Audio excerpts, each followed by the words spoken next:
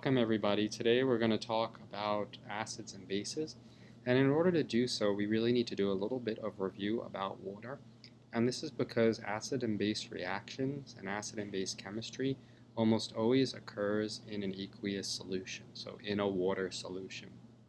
So when we talk about water polarity, you should know that water is polar. There is an asymmetry of charge.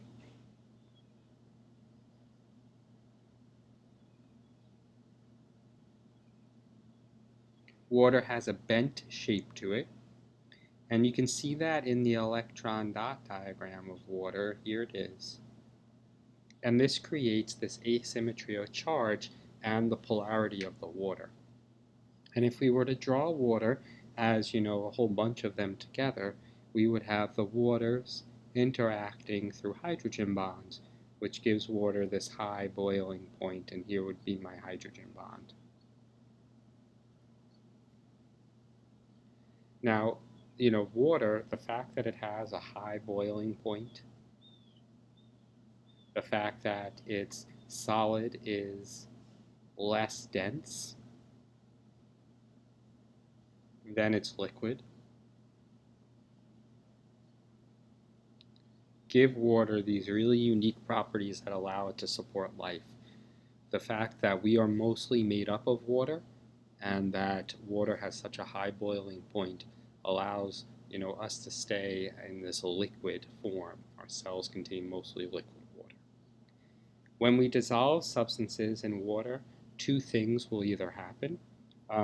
If you are generally a polar substance, you will dissolve. If you are ionic or an acid, which also happens to be polar, you will dissolve and you will ionize. And I should really say ionic, acid, or base. And we'll talk about what it means to ionize down below, and the idea is, well, as it sounds, you would form ions. So let's talk about some new things with water that are important. And these all relate to the idea of acid, bases,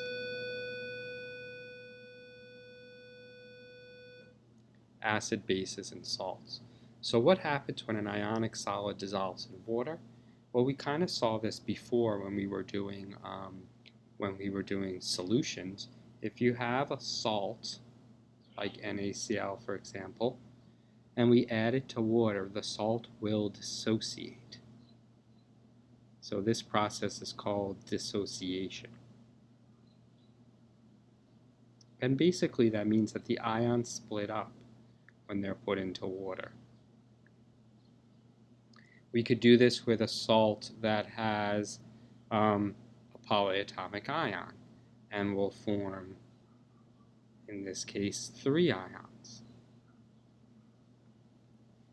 You should know how to write these equations, what they break up into. Now, something new is, well, what happens if I put a polar molecule into water and it dissolves? Something like sugar, C6H12O6, that will actually just stay together.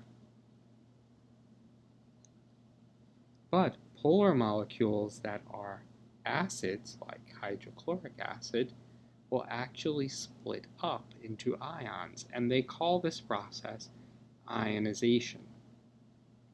And they call it ionization compared to dissociation because in the ionization process, the molecule actually breaks apart and forms ions where there were no ions before. With dissociation, the ions already existed. They just dissociated or split apart from each other. Now, ionic compounds and some polar compounds are electrolytes when dissolved in water, and that is because these are the substances that form ions. If a substance forms ions when it dissolves in water, it's an electrolyte. Now, what exactly is an electrolyte? Well, first of all, the substance has to dissolve in water. We saw that before. It has to form ions. We saw that before. These ions are mobile.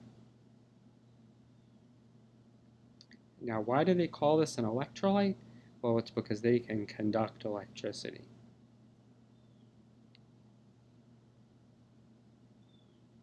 So a substance dissolves in water, it forms ions, the ions can move, and now the solution can conduct electricity. That's the test for an electrolyte. If they ask you why something's an electrolyte, saying that it's ionic isn't usually good enough. You have to say that there's ions that are mobile. They want to know in terms of particles what's going on. Now, let's get into some acid-base chemistry and talk about the characteristics of acids and bases. One of them is that they conduct electricity and that they're electrolytes. And so acids conduct electricity. This has to do with how well they ionize. What you're going to see is that there are two types of acids that we'll get into in a little bit, strong acids and weak acids. And depending on the acid, it will determine how much they ionize, how many ions they form, and what type of electrolytes they are. We saw in the demo lab that the acetic acid and the ammonia, two weak acids and bases, didn't really light the light bulb so well, and that's because they didn't form that many ions. If you're a strong acid like HCl or NaOH, it lit that light bulb really, really well because there were a lot of ions. pH. Well, if you're an acid, you're going to have a pH below 7. If you're a base, you're going to have a pH above 7. We'll learn about how to calculate pH and what it means, and it relates to something called the hydronium ion concentration and the hydroxide ion concentration, but we'll do the math for that later on. How do acids and bases taste? Well, acids taste sour. So think about Sour Patch Kids. Those are coated with a citric acid coating, gives them that sour taste. That happens to be a weak acid, so it allows you to eat it and not really hurt yourself. It doesn't have a strong acid coating. Bases tend to taste bitter. There's a lot of greens like endive, which is a type of salad green that has a bitter taste to it. Any kind of bitter green or bitter herb has some sort of basic property to it.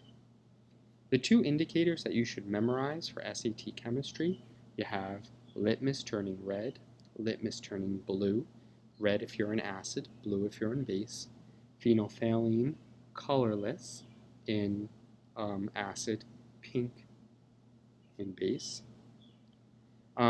Typical reactions that you should know for acids, they react with active metals, and we'll go through Table J and talk about this reactivity series.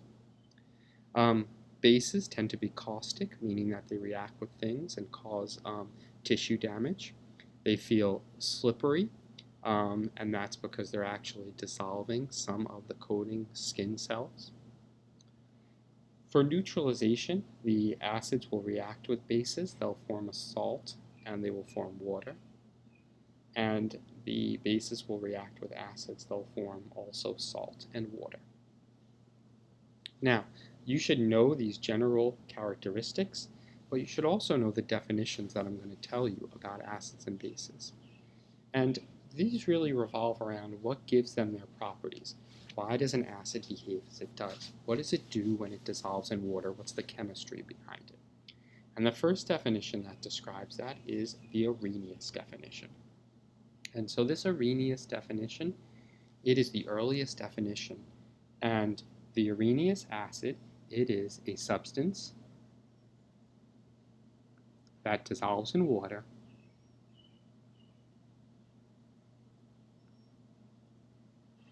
to form H plus ions as the only positive ion in solution. So examples of this would be like HCl. Put HCl in water, we form H plus and Cl minus. There's our H plus, that is our Arrhenius acid. HNO3, same thing. H plus, NO3 minus. Arrhenius bases, this is a substance that dissolves in water and it forms hydroxide, OH minus ions, as the only negative ion.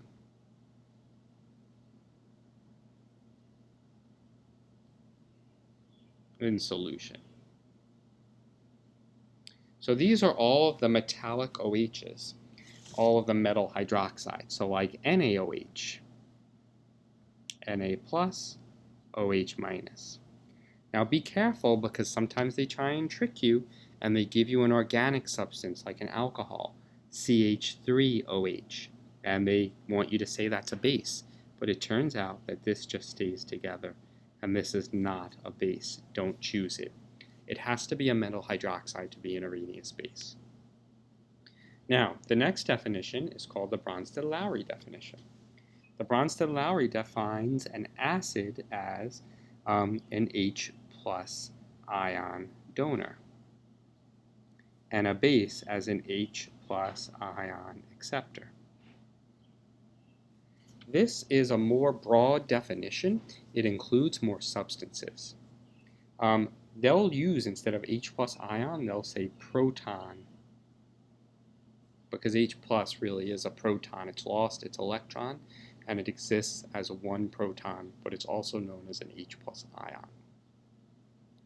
Now, what are some examples? Well, let's zoom in here to these examples over here. Now, these don't look like your traditional acids and bases. They do have H's in them. They don't have hydroxides in them. But let's see if we can figure out which is the donor and the acceptor and the acid and the base. Now, something important here is in order to do this, you need to look at what the substance changes into. So, for example, if I look at HCO3, I see that it changes into CO3 2-.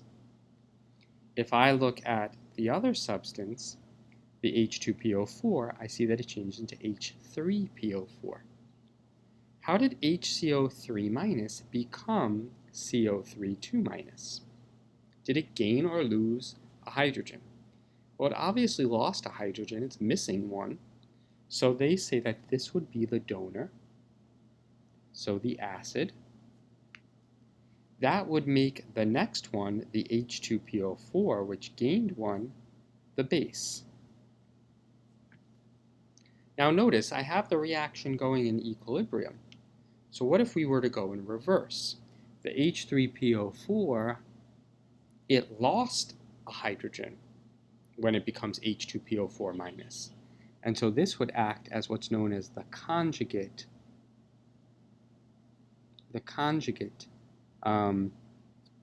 acid. The CO3- that gained an H, this would act as the conjugate base. Now, a few important things here. There's always one acid and one base on each side. There's an acid here, a base here. An acid here, a base here. The ones on the product side are called the conjugates. The one on the reactant sides are called just the regular acid and base. Try this one down here. Give it a try. Let's see if you can identify acid, base, acid, base. Which one's which? Okay. So the conjugate acid-base pair I just described to you, and here we can see it again. Try this one. See if you can identify acid-base, conjugate acid-base. See which one is which. We'll go over this in class. This is important that you know how to do this, and we'll practice it together. All right, thanks so much for watching.